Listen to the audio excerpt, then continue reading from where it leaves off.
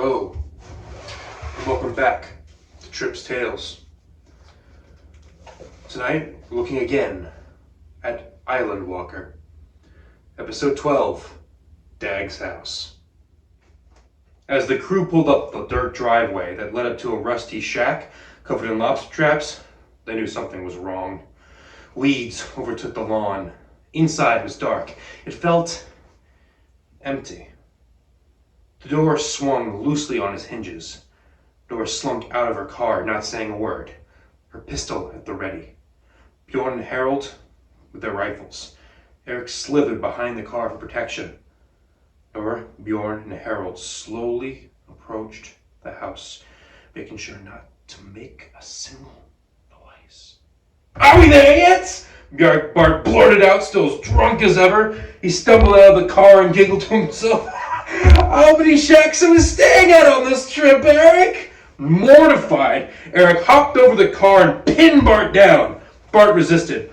Eric covered his mouth. Nora, Bjorn, and Harold turned to tell him to quiet down, but Eric finally had control. They nodded to him before cautiously opening the door and entering the house. "Do you want to get us killed?" Eric whispered to Bart. "We don't know who could be in there." Bart did his best to break from Eric's grasp. Normally they could match each other in a fight, but he was a drunk, wet noodle. After a few minutes of silence from inside the shack, Eric began to think that no one was home. Bang! Eric froze, stunned. "Fritz!" It was Bjorn. There was yelling and more banging, but the gunfire was over. The three made their way back outside. "I'm just surprised you could hit something," Nora retorted as they began to be heard again. Bjorn ignored her. "The house is clear." "It is now," Harold remarked. "What happened?" Eric asked. "This little barn killed Dad's dog because he hates dogs," said Harold. "I don't hate dogs, they just sometimes get in my way. I don't know." "You really are a dog killer. Can we just move on?" Did you find anything?"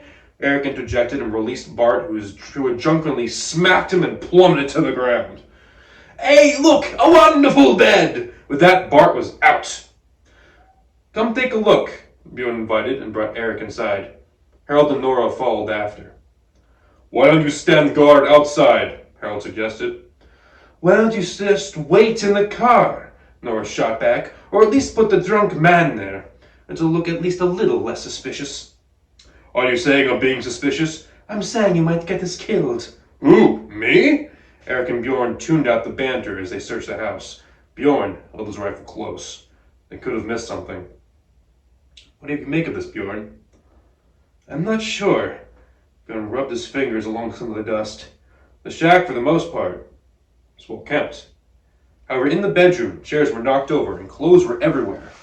In the bathroom, a mirror was smashed. The glass neatly still in place, somehow. Something did happen here, though. You said you were an assassin or something, right? Maybe you know something about who would do this?" "This was not a hit." Bjorn pointed out scratch marks on the ground. "This was kidnapping."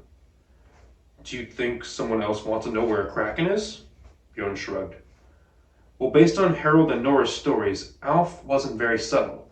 Let's search for any clues about really anything." Bjorn stuck to the bedroom.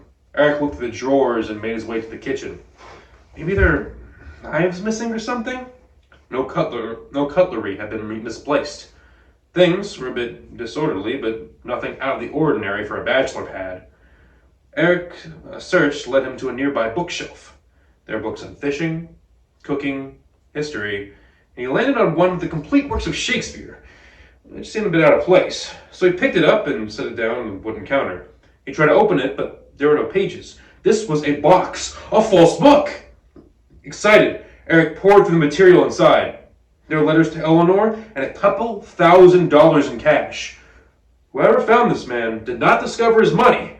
If they were looking for it at all, there were receipts and employee information, and things began to make sense. Underneath was the identity of Dag Anders, but on it was clearly the picture of Alf Heisty. A false ID. For some reason, Alf had taken on the persona of his employer and skipper. But why? Crash! Something smashed in the bedroom and Eric rushed over. Bjorn, embarrassed, was doing his best to put the mirror back. Sorry, I got a little carried away. As Bjorn was putting the mirror back, Eric caught a glimpse of something on the back of one of the shards. Wait, what's that? What's... Bjorn followed Eric's gaze and spotted it. A pen depiction of a squid. Is that supposed to be a kraken or something? Bjorn racked his brain. He knew this. Let me share this with Harold. This seems familiar. He may be able to help. Bjorn rushed off to find his friend. Curious, Eric continued to search the bathroom as he pondered everything over. Why would there be a drawing in the back of a mirror? A calling card? Maybe that's why it was smashed but still in place? Eric's hand rested on the far wall and he accidentally punched it in. He fell with a thump. Everything okay? Bjorn asked. Yeah, Eric realized the wallpaper wasn't resting against anything in that section. A hidden room. He pulled the rest of the wallpaper away, ripping it as Nora, Bjorn, and Harold rushed in. Huh? What Nora saw did not compute in her brain. But I just saw Dag the other night. I found some records in the kitchen. Alf was using Dag's name as a false identity. Now we know why. Behind the wallpaper was a small shrine to the memory of Alf's skipper, Dag. That still leaves us with the question of where Alf went. I think we've got an idea, Harold said. Bjorn and I heard about these guys, but we didn't think they were a legitimate organization. They're the Hafkafa Millets, people who worship the Hafkafa and believe they are the only ones sacred enough to experience one. Stupid people, but I guess resourceful. Great, do you know where they are? No, but if Alf, was announcing himself that loudly at the Island Walker, it is reasonable to think that one of the women who went home with him was part of the Hafkafa Millets. How else would they know his house? Back to Island Walker? Fine, but I'm staying outside this time. Is there any way to identify these people? Of course, Bjorn chimed in. Tattooed on their right foot is the exact design. This one, just out of sight. Something about keeping them grounded to Hafkafa's great tentacles. Time to play footsie, Harold remarked. He and Bjorn laughed and clapped hands. Are you much of a charmer? Nora inquired, swaggering up to Eric. I can be, he replied. His mind finished the rest. Only when I'm drunk. Yes, what will happen next time? We'll find out right here